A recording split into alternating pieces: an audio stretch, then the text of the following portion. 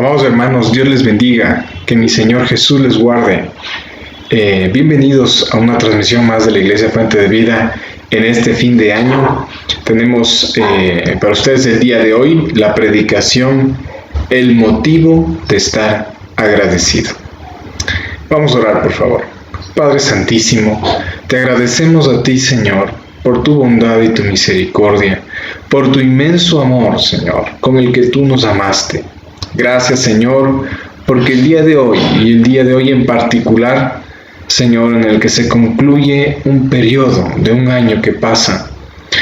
Gracias, Señor, te damos a ti por tu bondad, tu inmenso amor en nuestras vidas, al mantenernos, Señor, con salud y con vida. Gracias, Señor, porque tu propósito eterno es el que prevalece y el que se cumple, Señor, en la vida de cada uno de nosotros. Gloria sea a ti, en el nombre de Jesucristo. Amén y amén. Bueno, amados hermanos y amigos que nos escuchan por el internet, les pido por favor que en este momento nos dirijamos en nuestras Biblias a Colosenses, ¿sí? Colosenses capítulo 1. Vamos a leer Colosenses capítulo 1, versos desde el 3 al 8. Colosenses 1, 3 al 8.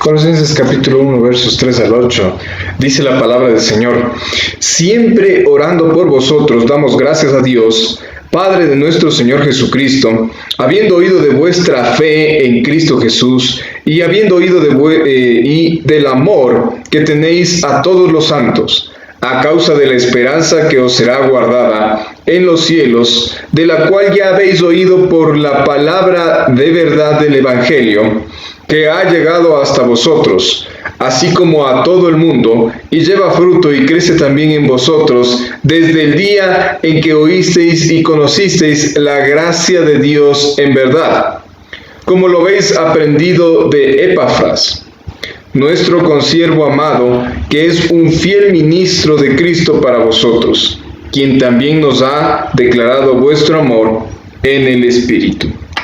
Pablo coloca a los creyentes frente a Cristo y les muestra que no hay nada más grande que Él en el universo.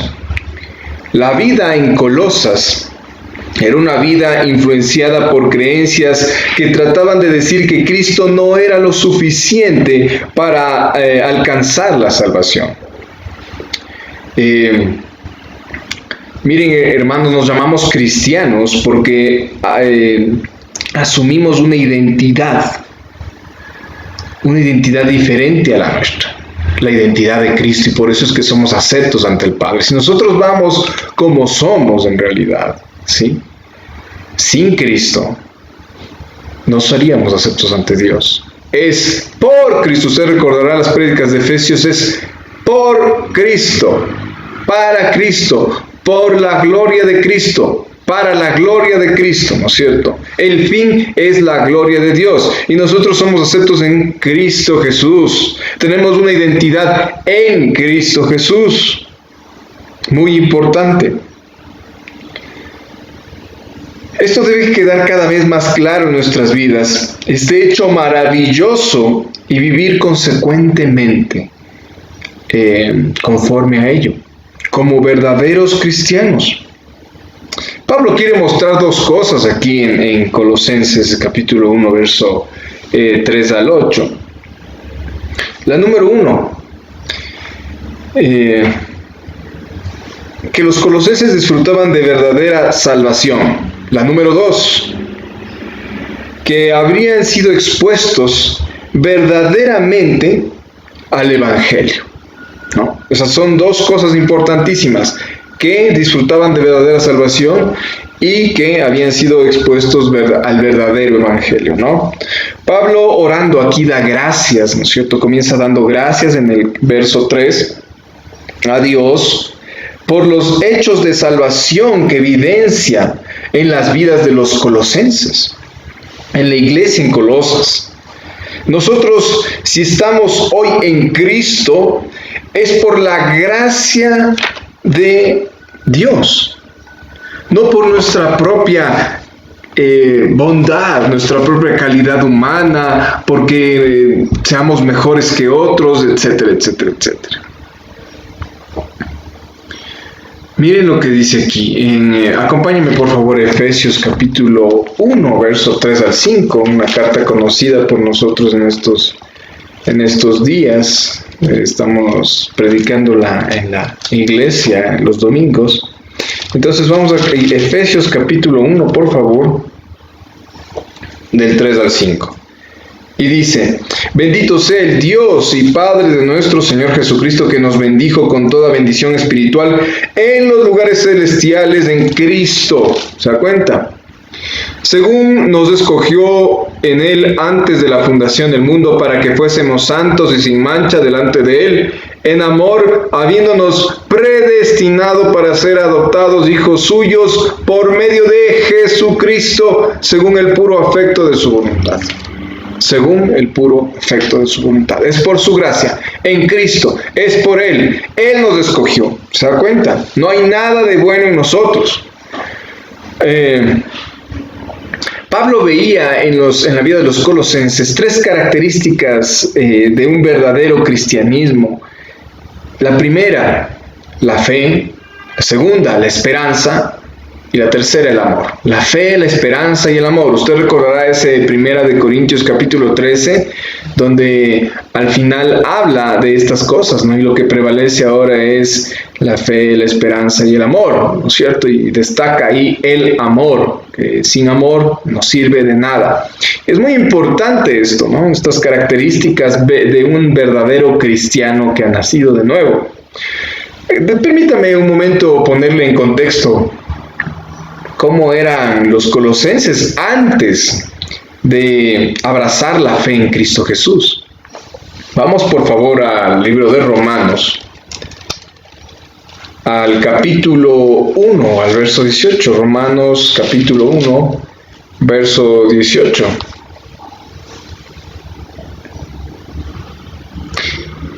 Dice así, Romanos 1:18, porque la ira de Dios se revela desde el cielo contra toda impiedad e injusticia de los hombres que detienen con injusticia la verdad. La vida de los colosenses, antes de conocer a Cristo Jesús, antes de que Pablo llegara con el Evangelio a sus vidas, era una vida marcada por la idolatría. En Colosas era un lugar muy muy conocido por la idolatría, por la alabanza a estatuas, a las deidades de los griegos, ¿no? Por eso es que aquí la palabra de Dios, ¿no es cierto?, nos muestra cómo era la vida de casi todas estas pequeñas, más bien dicho, estas ciudades importantes, ¿no?, del Imperio Romano. Y la gran mayoría se inclinaba muchísimo a la idolatría, al politeísmo, adorando a todas estas deidades griegas, ¿no?, que tenían características humanas. Creo que resta señalarlo, pero deteniendo la verdad, dice la palabra de Dios, que la ira de Dios caía sobre estos lugares que detenían la verdad. Acompáñame por favor ahí mismo en el capítulo 1, solamente con sus ojos más adelante, al verso 26. Vamos a leer del verso 26 aproximadamente hasta el verso 32. Por esto Dios los entregó a pasiones vergonzosas, pues aún sus mujeres cambiaron el uso natural por el que es contra naturaleza. Y de igual modo también los hombres, dejando el uso natural de la mujer, se encendieron en su lascivia, unos con otros, cometiendo hechos vergonzosos, hombres con hombres, y recibieron en sí mismos la retribución debida a su extravío. Y como ellos no aprobaron tener en cuenta a Dios, Dios los entregó a una mente reprobada para hacer cosas que no convienen, estando atestados de toda injusticia, fornicación, perversidad, avaricia, maldad, llenos de envidia, homicidios, contiendas, engaños y malignidades. ¿Se da cuenta? Así es, ¿no es cierto? Y si avanzamos al verso 30, murmuradores, detractores, aborrecedores de Dios, injuriosos, soberbios, altivos, inventores de males, desobedientes de los padres, necios, desleales, sin afecto natural, implacables, sin misericordia, quienes habiendo entendido el juicio de Dios, que los que practican tales cosas tales cosas son dignos de muerte, no solo las hacen, sino que también se complacen con las que las practican. La palabra de Dios. Esta era la vida entonces en Colosas. Ellos eran practicadores de la idolatría, detractores de la verdad, retenedores de la verdad, y practicaban todas estas maldades, ¿no? Todas estas perversidades que se señala aquí desde el verso 28 al verso 30. Y esto es algo interesante, ¿no? Porque cuando volvemos, si vamos rápidamente otra vez a Colosenses, un poquito más adelante, ¿no? Colosenses capítulo 1, verso 3, en lo que estábamos siempre orando por vosotros, dice: damos gracias a Dios, Padre de nuestro Señor Jesucristo, habiendo oído de vuestra fe en Cristo Jesús y del amor que tenéis a todos los santos. ¡Qué maravilloso! La vida de los colosenses fue transformada por su exposición, como lo habíamos dicho, lo que Pablo mostró aquí.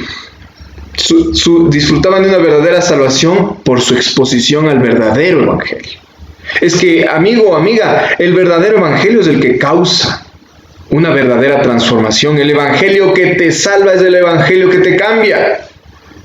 Esa es la razón natural, ese es la verdadera transformación en nuestras mentes en el cristiano que ha nacido de nuevo. Segunda de Corintios capítulo 5, verso 17, dice claramente: aquel que está en Cristo es nueva criatura, las cosas viejas pasaron, aquí todas son hechas nuevas. El que está verdaderamente en Cristo tiene esas tres características: fe, esperanza, amor. Fe, esperanza, amor. Hay muchos memes circulando por WhatsApp, Instagram, muchas redes sociales, algunos muy graciosos. Pero me llamó la atención que dice: este año no se debe cantar, o no deberíamos cantar, la canción del año viejo, ¿no? Ustedes recordarán esa canción que dice: yo no olvido el año viejo porque me ha dejado cosas muy buenas, ¿no? Y este año 2020, hay mucha gente que lo quiere olvidar en realidad, sí, no lo quiere recordar por el tema de la pandemia y todas las secuelas que ha ocasionado la pandemia, todas las personas que han fallecido en este año. Y resulta interesante porque eso es como que se fomenta la desesperanza, es decir, no tener esperanza, no vivir de una forma agradecida, no tener un motivo por el cual estar agradecidos, sino estamos desagradecidos con Dios, porque en este año, ya en el primer trimestre, apareció en casi todo el mundo occidental el coronavirus. Interesante también por otra cosa, porque por estas épocas, en el año 2019, ustedes recordarán, un montón de falsos maestros, falsos predicadores, charlatanes, mentirosos, se levantaron declarando que este era el año 2020, ¿no? El año de la visión, el año en el que iban a declarar cosas y iban a pasar, y bueno, ustedes conocen, ¿no? La declaración positiva, y si no, le animo a que se suscriba a nuestro canal y pueda ver las predicaciones sobre esos temas. Mentiras.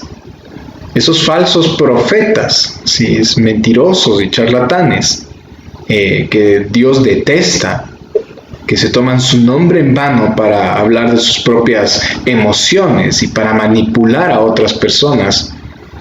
lamentablemente conduciéndoles al error y desviándoles de la verdadera doctrina, ¿sí? Decían que este era un año de victoria, era un año de... Yo quisiera que esas personas, el día de hoy, me gustaría saber qué dicen al respecto, ¿no? Cuando ha fallecido tanta gente, cuando el virus azotó, ¿no es cierto?, a la humanidad durante ya 9 meses. Entonces, ¿dónde están sus años de la visión? Entonces se caen sus profecías, sus predicciones, ¿no es cierto? Por favor, no confíe en esta gente, no escuche a esta gente. Huya de los lugares donde existen personas guiadas por sus malas emociones y tratando de decir que esa es la palabra de Dios. Solo Dios conoce el día de mañana lo que va a pasar, mi querido amigo, mi querida amiga. Pero tenemos una esperanza en Cristo. La esperanza es la que alimenta la fe. Pero una fe que tiene que estar fundada sobre la verdadera doctrina, la palabra de Dios. Mire, Colosas quedaba en Turquía, en lo que se conoce como la región de Frigia. Un lugar donde había, como ya lo dijimos, una conjunción de idolatría. Ahí se adoraban muchísimas deidades falsas, dioses falsos, de la mitología griega, donde prevalecía el homosexualismo, una práctica común, el lesbianismo y la depravación sexual. Era algo que estaba atado a este gran pecado de la idolatría. Este era el trasfondo religioso de los colosenses.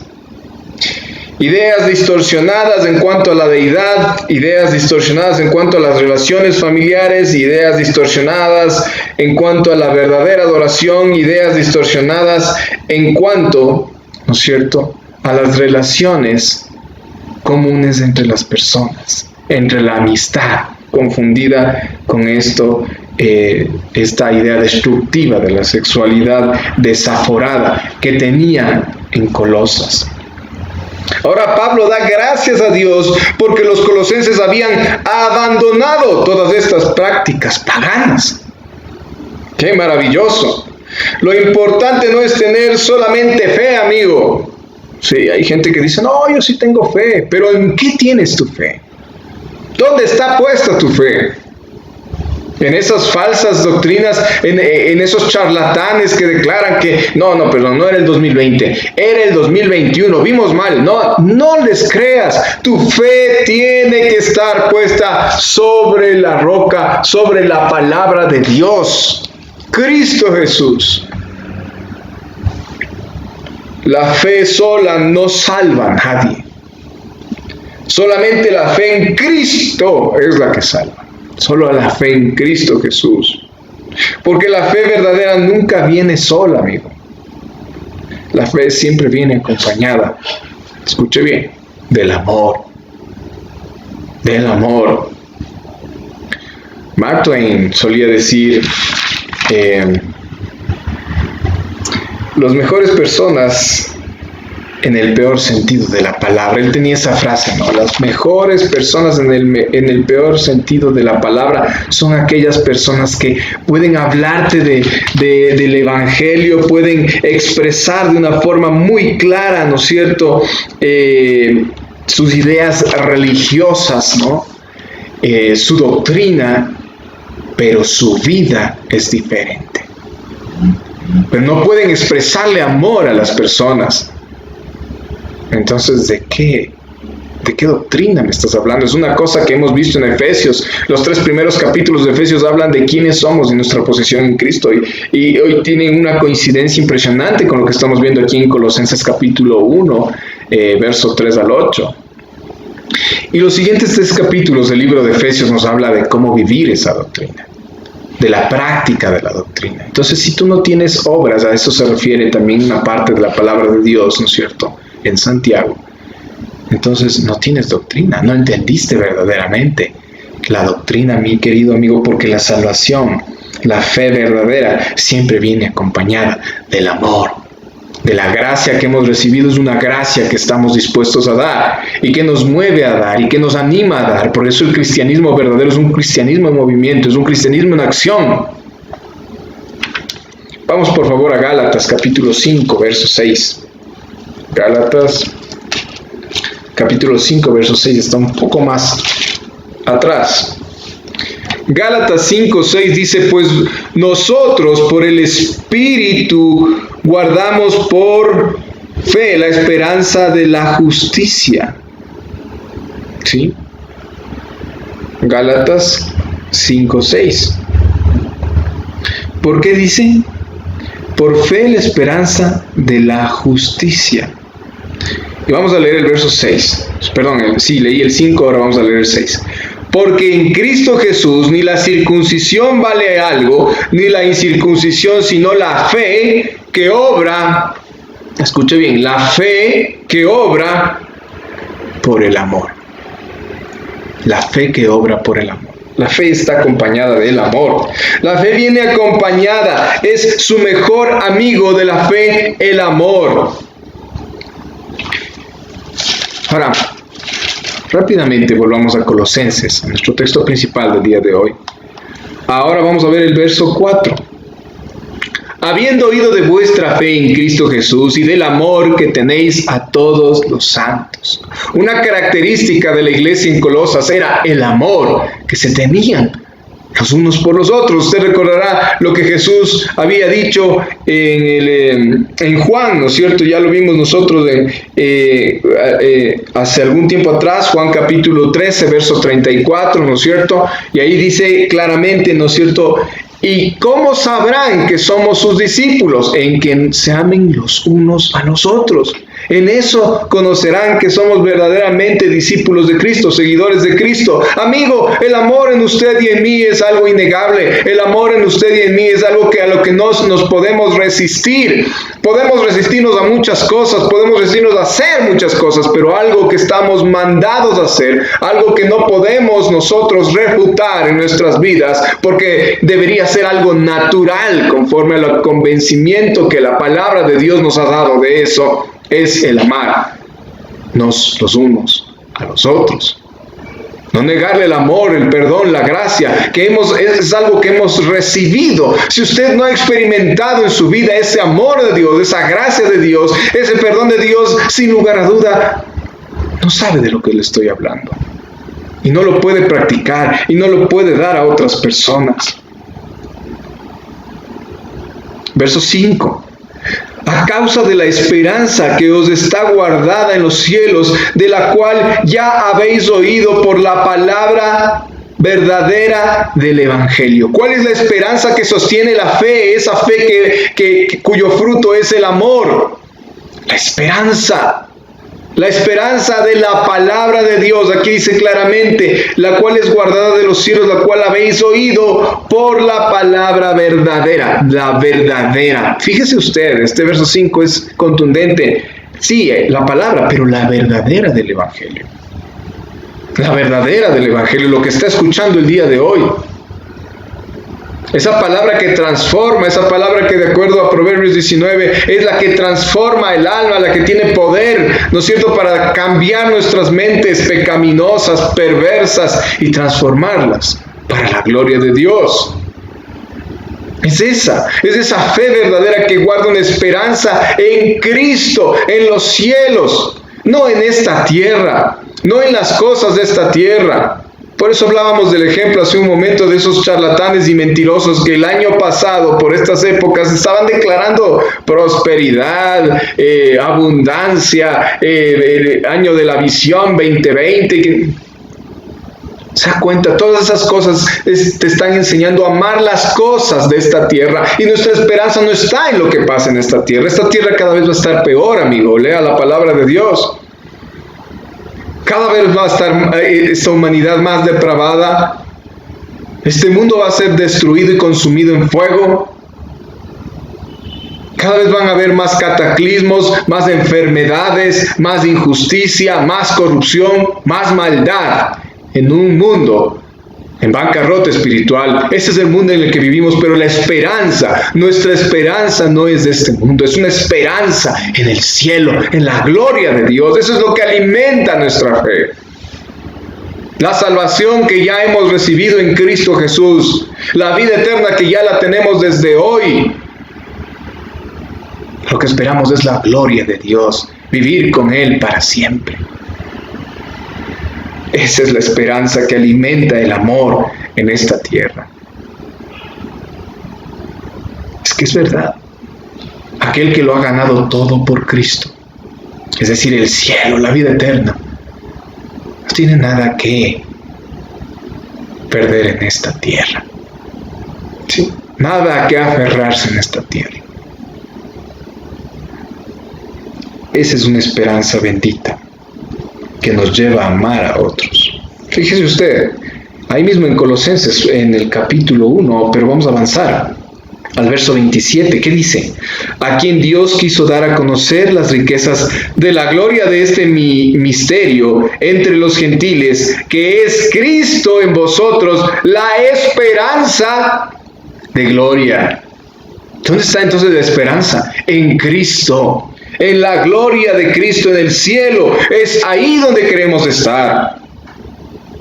Lo que alimenta nuestra fe y amor es la esperanza que tenemos del Evangelio, la promesa del Evangelio, que vamos a estar un día en el cielo con Cristo Jesús. Cristo es nuestra esperanza de gloria. Esperamos nuestra total transformación en la gloria del cielo, y esa esperanza es la que nos permite resistir los abates del mundo en esta tierra. Y es la que alimenta nuestra fe verdadera y el amor a nuestros hermanos. Sabiendo que cualquier vicisitud, cualquier problema, cualquier prueba, cualquier dolor, no son, ¿no es cierto?, suficientes para destruir nuestra fe. Y no se comparan con el gozo eterno que vamos a tener en el cielo. Recuerde, yo conozco por el tema, por el problema, por la circunstancia por la que usted esté pasando en este momento, pero algo que debo decirle es que ninguna de esas circunstancias es más grande que nuestra recompensa celestial, que el gozo que vamos a tener en el cielo. Y le quiero dar una buena noticia: todas las cosas por las que pasemos aquí, todas las circunstancias duras por las que atravesemos aquí, puede ser que usted esté pasando por enfermedad, o puede ser que usted no tenga la enfermedad, sino un ser amado tenga la enfermedad, puede ser que usted esté pasando por necesidad, por escasez, puede ser que usted esté pasando por dolor sentimental, por cualquier circunstancia por la que esté atravesando en este momento. Déjeme decirle una cosa: eso no durará toda la vida. Pero lo que sí va a durar para siempre, por la eternidad, es su vida en el cielo. Si usted ha comprendido verdaderamente el Evangelio, si usted tiene a Jesús en su corazón. Una vida sin esperanza nos lleva a la autocompasión y nos hace olvidar nuestra identidad, conduciéndonos a la depresión. ¿Se da cuenta? Mi esperanza es Cristo Jesús. Estoy llamado a amar a otros, a preocuparme por otros. Dejo de ser egoísta. La palabra de Dios siempre nos va a mandar a no amarnos a nosotros, sino amar a otros. Amar a los otros. Desconfiar de nosotros mismos, amar a los otros, darnos a los otros. El egoísmo, en cambio, de este mundo nos dice: preocúpate por ti.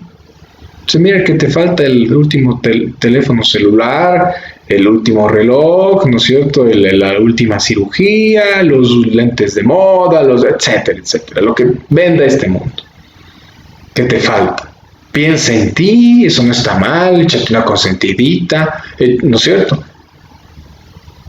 Y no sirve de nada. Miren, consejería bíblica podemos ver: las personas que piensan demasiado en sí mismas, que se preocupan demasiado de sí mismas, caen en depresión.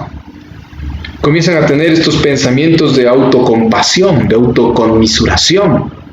Es que yo, ¿por qué? Estoy solito, nadie me quiere, soy así, ¿por qué? ¿No es cierto? La Biblia dice que el mejor antídoto contra eso es amar a otros. Interesante. Finalmente, por favor, acompáñeme a Hebreos capítulo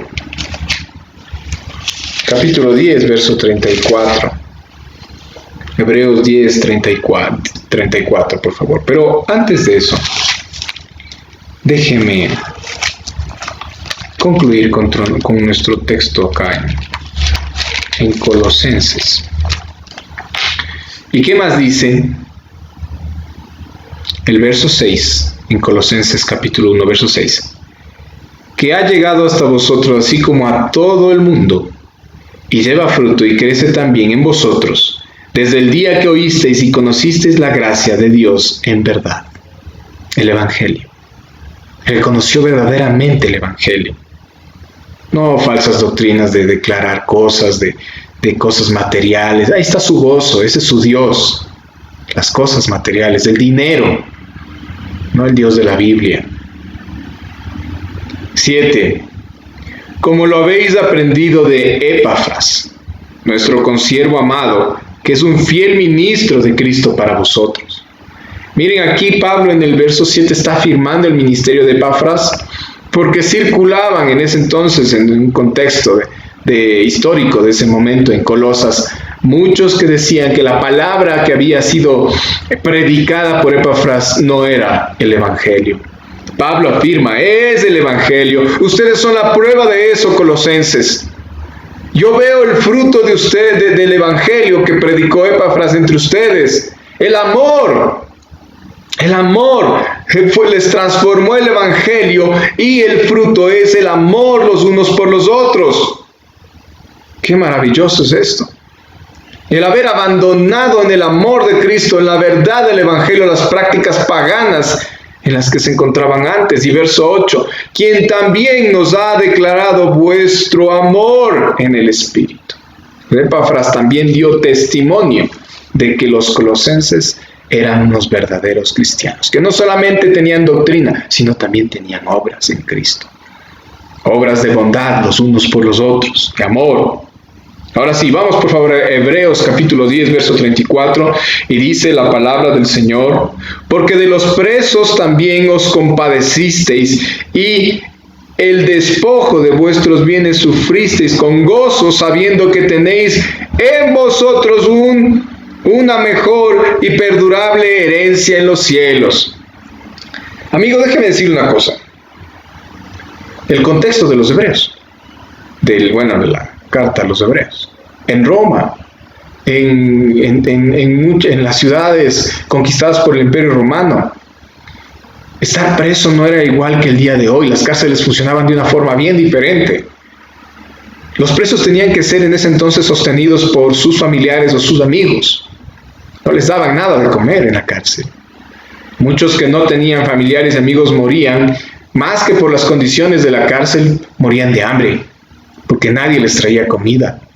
Y el gobierno no estaba llamado ni estaba obligado a darles de comer en la cárcel. Fíjese usted esto, ¿no? Y aquí, ¿qué dice? Está diciendo a los hebreos, les está diciendo algo que hicieron bien en amor. Los cristianos de esa época, judíos, eran rechazados primordialmente, por sus propias familias. Y cuando eran descubiertos en la práctica del cristianismo, predicando la palabra de Dios, eran encarcelados. Pero ¿qué dice aquí? Entonces, fíjese usted, ¿quién se preocupaba por ellos?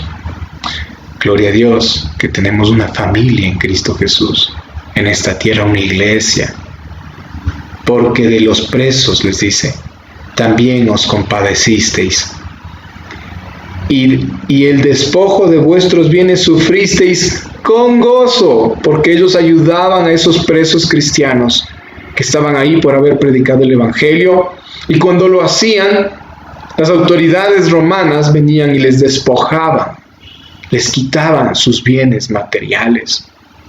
Pero dice que ellos sufrían esto con gozo, sabiendo que tenéis en vosotros una mejor y perdurable herencia en los cielos. ¡Oh, qué maravilla! ¡Qué maravilloso! Iglesia, ¿quiénes sabiendo si los ayudaban, corrían el mismo castigo estaban dispuestos a hacerlos por amor. La mente celestial no obstaculiza el amor. La mente terrenal que ama los bienes de este mundo obstaculiza el amor. La mente que está puesta en las cosas de este mundo, en las cosas materiales, en lo que este mundo admira. Mire, cuando hay crisis en la vida de una persona, ahí es cuando verdaderamente, creo yo, sí, esas cosas pierden totalmente el sentido. El dinero, cuando se va a acabar un matrimonio, cuando está en bancarrota, ¿no es cierto? Entonces ahí se dan cuenta y dicen, todo lo daría para que esto cambie. No me importaría dejar todo, pero es en ese momento. La palabra de Dios nos dice con exactitud, con claridad, que todas las cosas de este mundo no valen la pena. Nuestra preocupación, debemos preocuparnos por las cosas del cielo, las que son perduraderas para siempre, las que no serán destruidas, y que el motivo de nuestra esperanza es la verdad del Evangelio. ¿Quieres vivir una vida llena de aliento y esperanza? Una vida que pueda amar a otros, demostrar ese amor en Cristo Jesús. Lea las Escrituras, lee tu palabra de Dios. Date cuenta que Cristo es la razón primordial de nuestra salvación. Es la esperanza de nuestra vida.